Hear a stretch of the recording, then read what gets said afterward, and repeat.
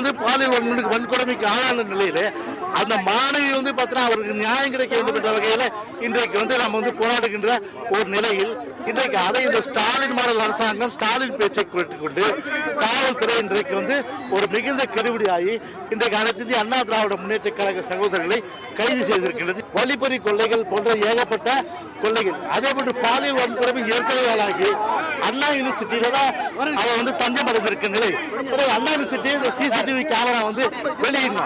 அது வந்து ஒரு தலைகளுக்கு ஒரு வெட்கப்பட வேண்டிய வேதனைப்பட வேண்டிய தமிழக அத்தனை பேரும் வேதனைப்படக்கூடிய ஒரு விஷயம். யாருக்குமே வந்து பாதுகாப்பு சூழ்நிலை இன்னைக்கு தமிழ்நாட்டில் இருக்கிறது.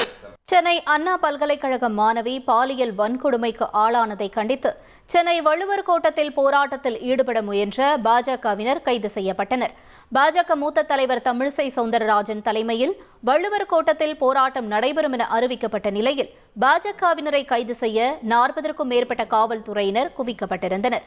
காலை முதலே வள்ளுவர் கோட்டத்திற்கு வந்த பாஜகவினர் ஒவ்வொருவராக கைது செய்யப்பட்ட நிலையில் மூத்த தலைவர் தமிழிசை சவுந்தரராஜன், கருணாகரன் உட்பட முக்கிய நிர்வாகிகள் என 30க்கும் மேற்பட்டோர் அடுத்தடுத்து கைதாகினர்.